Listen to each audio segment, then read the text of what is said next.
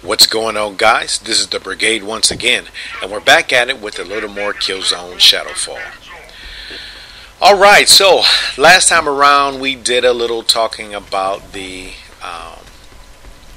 spawn beacons. And we kind of talked about the pros and the major benefit that the support class contributes with using those spawn beacons. Because as I said in the previous video, I'm one who really believes that if you have good tactical spawn beacon placement, the game is pretty much yours, right? And the same could be said for Killzone 2 and Killzone 3. Now, it does have the potential to backfire, right? Because sometimes you can, if you're not really thinking and you're just kind of panicking and you just want to drop the spawn beacon, you can actually get camped, right? Because this used to happen plenty of times in Killzone 2. And for a lot of you guys that have played Killzone 2, I'm pretty sure you guys remember. The spawn beacon, it would kind of be like a smoke grenade, right? And that smoke would basically be the spawn. And if you drop that smoke beacon or that smoke grenade, whatever you want to call it, in the wrong area, I mean, you would be camped and camped and camped ad infinitum. You know, it was fun, but at the same time, it was frustrating. So they changed it up a little bit. So going from Killzone 2 to 3, they had set spawn locations. And we're back at, a lot of guys, they kind of like, look, I understand the spawn locations, but we kind of want to have it at our control, so they went on ahead and returned with the spawn beacons. So that's what we talked about last video. This time around, we're going to talk about the in-place turrets. Now, there's two types of turrets. There's air turrets, and then there's ground turrets. We're going to talk about the ground turrets you guys just see that I laid right here. Now, ground turrets are awesome for suppression. 100% awesome for suppression. Number one, they're pretty powerful, right? And if you're caught off guard, they can kill you after like 2 or 3 hits. Those things are pretty powerful. As a matter of fact, I remember on a number of occasions, I've gotten like 15 to 20 kills just off the turrets. So, some things to keep in mind. And actually, even before I start talking about placement and all that, let me just let you guys know. Number one, they're easy to set off. All you have to do is find the location to where you want to place it, and then you depress, I believe it's the circle button, the triangle button. Now, if you're on the opposing team, or if you kind of figure out that the area in which you laid your turret is not really getting any action, you can go ahead and deconstruct it yourself. And the way you would do that is the same way that you would deconstruct spawn beacons. You would just run behind the turret, and you will press and hold the triangle button. Now, as I said before, if it's your own turret, it'll take like half a second for it to deconstruct. If it's an enemy turret, you're going to have to kind of sit there. I think it's probably like 3 to 5 seconds. I'm not really sure, but I do know that it's not as instantaneous as it would be if you were to deconstruct your own turret. So just keep in mind, if it's your own turret and you have to deconstruct it for any reason, just remember that it's going to be a cooldown. And I can't remember if the cooldown is like 30 seconds or a minute before you're able to go ahead and fire up with another turret. Alright, so that's deconstruction. And, deconstruction is also useful when you're dealing with opposing side turrets. Because, like I said before, those things are pretty powerful. And, if you get in front of that thing, more than likely it's going to kill you. So the best thing to do, try to get behind it. And once you're able to get behind it, go ahead, press and hold the triangle button, and you'll be able to deconstruct it. And then you're good to go. Now, considerations for emplacing these turrets. Number one, is good for an area that have a lot of narrow ways, hallways, and corridors, right? Or elevated positions that will allow your turret to shoot downward. Now, just as you should be relatively familiar with the maps when you're dealing with the spawn beacons, you should be equally familiar with the maps when you're dealing with the turrets. And the main reason why I say that is because once you understand where the opposition is coming from, right, you pretty much have a good location for you to emplace your turret. Keep in mind, case in point, if you guys notice, that's a narrow hallway where I am aiming my weapon. Now that's a pretty good place to land a turret. Now I could, but you know, one thing to keep in mind is like if you kind of turn right, that's where the enemy is coming from. So it probably would have been better for me to point this in place turret kind of in the direction that I'm shooting.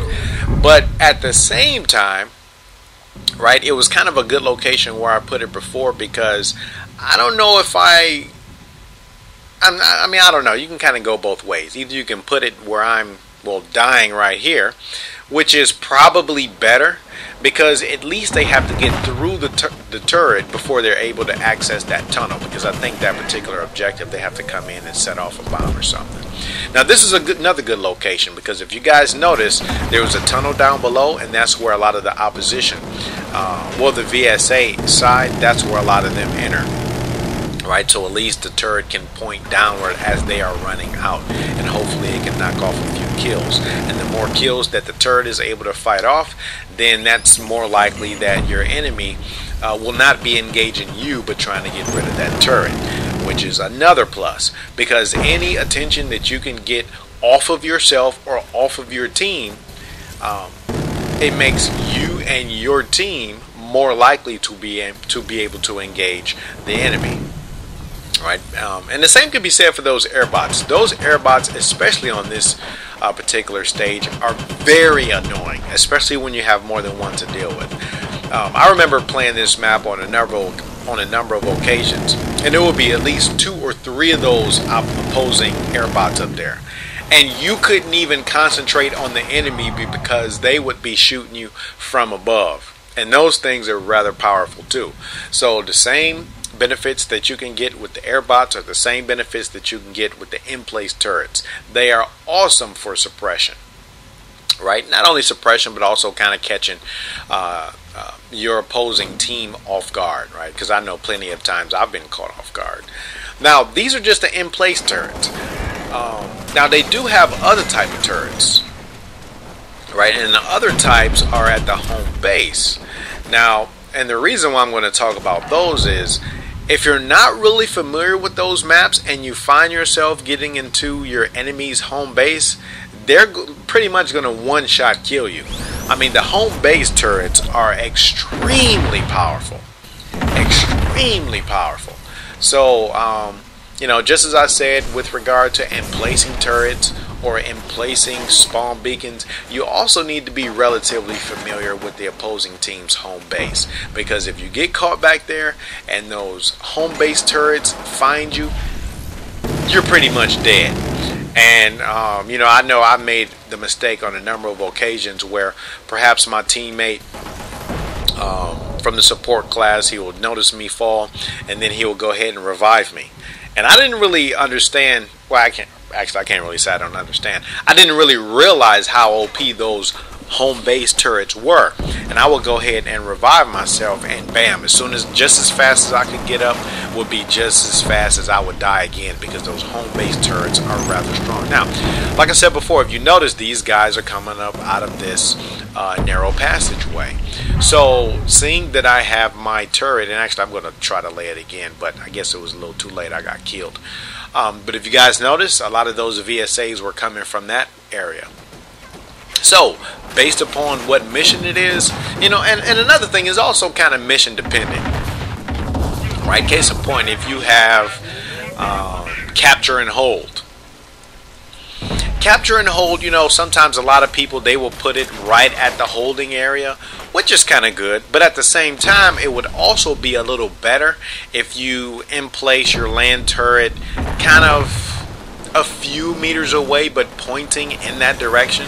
So in the event that you have to run to another capture and hold spot because you're trying to, you know, get 2/3 of the objective so that you can win the mission, at least you can catch some of those opposing team members off guard, hopefully. right? So keep in mind, you don't always want to place it right by the objective. It's kind of better to, just kind of stand back a little bit and point it at the objective, because you know that the opposing faction is going to try to approach. Now, keeping that in mind, you also, like I said before, is actually best for you to try to get it in an elevated position, because, I mean, just think about it. If you have your land turret and it's above and everyone's approaching from below, more than likely you will catch them off guard and you'll get a few headshots. Now, I'm still kind of experimenting a little bit with the Killzone Shadowfall turrets, because in Killzone 3, those turrets, I mean, you could place them above and they would get headshots, they would get anything. They would get everything. They would fire in pretty much any direction in which you would orient them.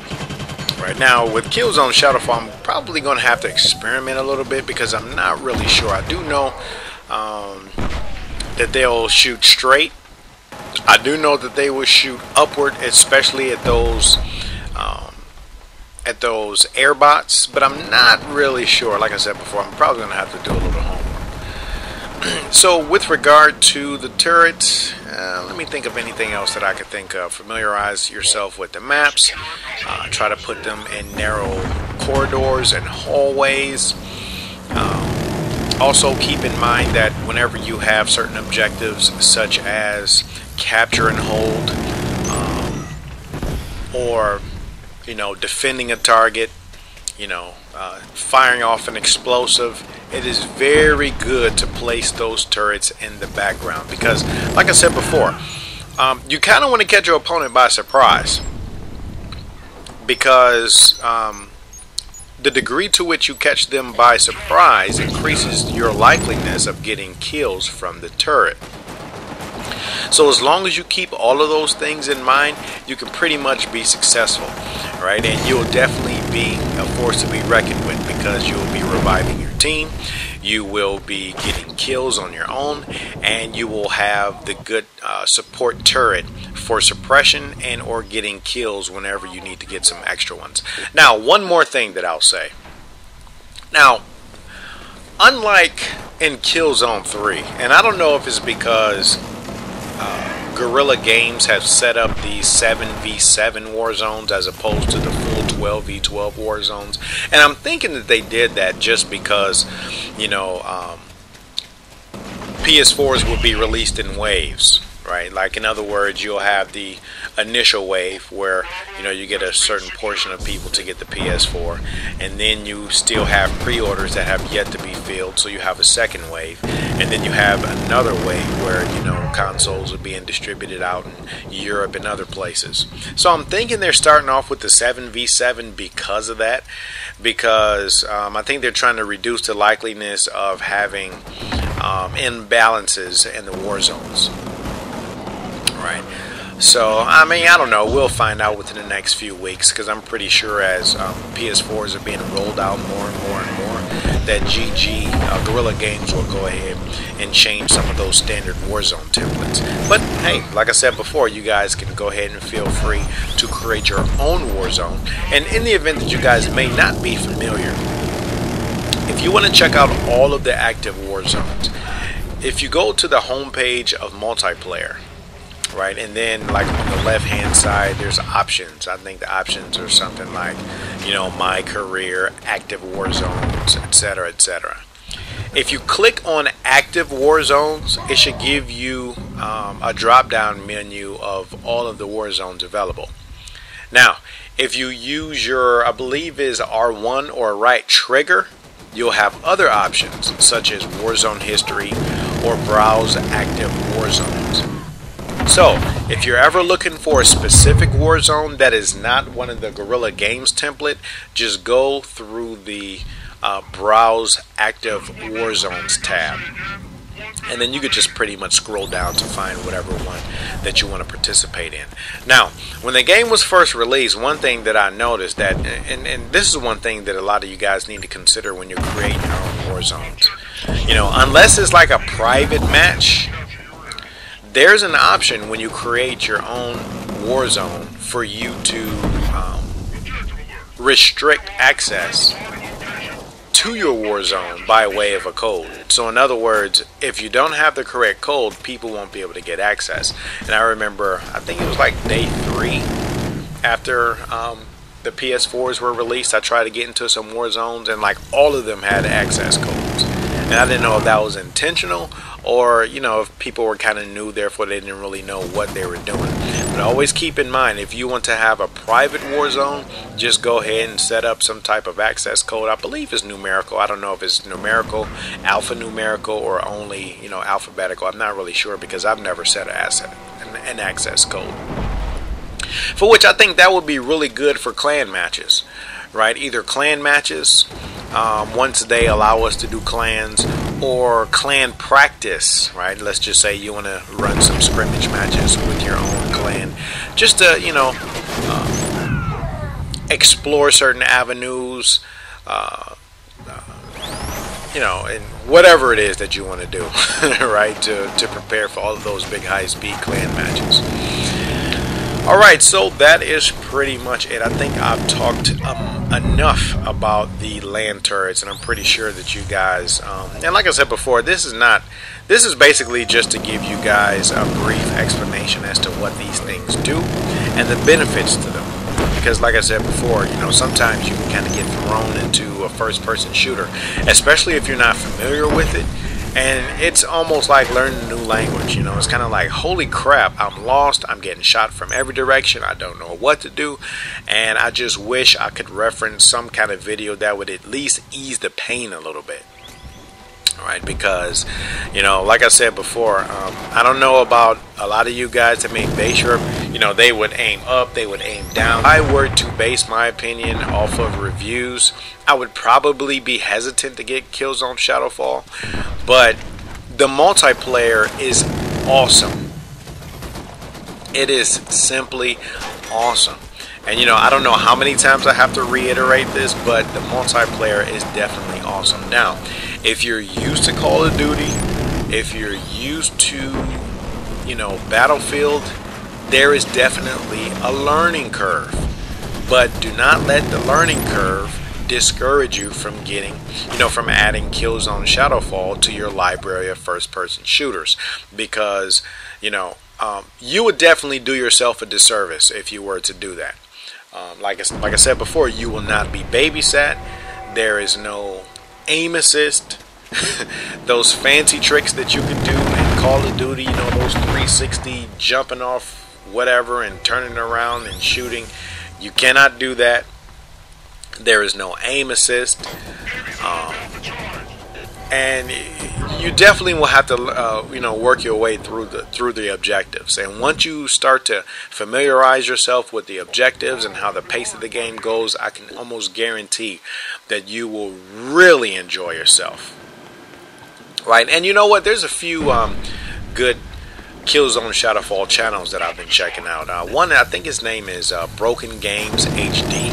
I believe that's the name of it. As a matter of fact, I'll put a link to his channel in the description box. He's an awesome commentator.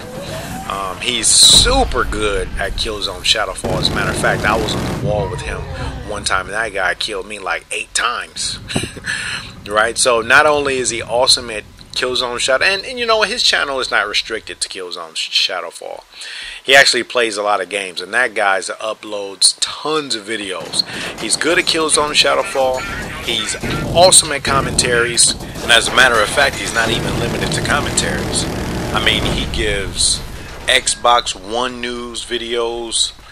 He uploads PS3 news. I mean, he kind of does everything. And actually, I was just turned on to his channel just by looking up Killzone Shadowfall videos. So if you guys want another good commentary related channel, please check out, I think it's Games Broken HD, or Broken Games HD.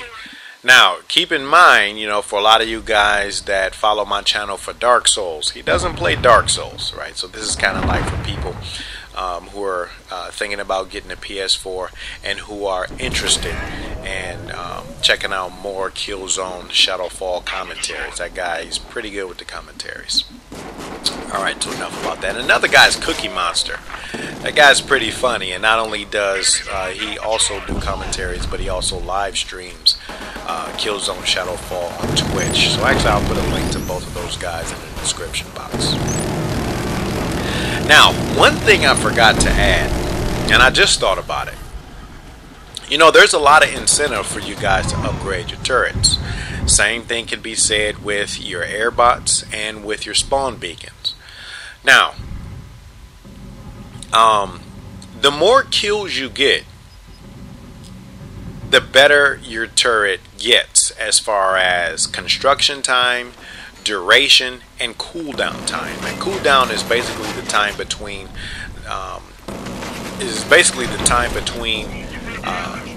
either you deconstructing your own turret, your turret being destroyed, or it just simply runs out of time. And after one of those three things, it has a cooldown. Now, for example, currently my turret is at level 7. Right, so at level 7 it has a 3-second construction. It lasts for 72-second duration, and the cooldown is 24 seconds. The maximum turret, I believe, is 11. And at level 11, it's a 1-second construction, 80-second duration, and the cooldown is only 10 seconds. Right, so currently, like I said before, I'm at turret number 7. I'm leaning toward turret number 8, and in order for me to get turret 8, I'm going to have to kill 250 enemy players with the turret. Right, so I mean, when you go between turret 8 and turret 11, I believe that's only 150 kills that you have to get. So in order for you to maximize your turret, you basically need to kill 400 enemy players with the turret, and that gives you the maximum benefit. The fastest construction time, the longest duration, which is 80 seconds, and the shortest cooldown, which is 10 seconds. So that's, and actually, if you ever want to check the level of some of your abilities, all you have to do is go into the, let me see, I believe is the My Career tab. Like, once you're under the multiplayer screen, and then you're going to see like all war zones, and directly under that you're going to see My Career. Once you click on My Career, they're going to have tabs at the top. The first is going to have, the first tab is actually your stats, and that's going to tell you your win-loss ratio, your kill-to-death ratio for all you guys that care about that, your number of kills, deaths, and headshots. Right, now, me personally, I care more about my win-to-loss ratio, right, because that kind of gives an implication as to well, that's kind of hard to say, right?